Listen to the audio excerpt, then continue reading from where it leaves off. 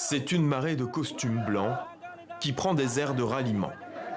Sur les rives du lac Bishoftu, à 50 km au sud d'Addis Abeba, s'exprime ici dans une grande exaltation une culture ancestrale, celle des Oromo.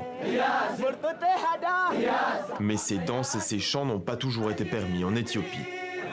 La génération précédente s'est sacrifiée pour que notre génération puisse venir ici et célébrer cette fête. Les Oromo ont beau représenter un tiers de la population éthiopienne, leur culture a longtemps été étouffée. Et ce depuis l'accession au trône de l'empereur Ménélik à la fin du 19e siècle. Les régimes qui se sont succédés n'ont rien changé. Les anciens systèmes de gouvernement en Éthiopie ont consisté à se conquérir les uns les autres par la force. Des régimes répressifs ont opprimé notre peuple et ne lui ont pas permis de venir ici et de célébrer notre culture de cette manière.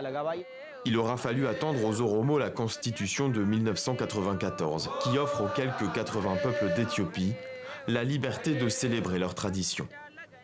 De quelques centaines de participants, ils sont maintenant plusieurs milliers.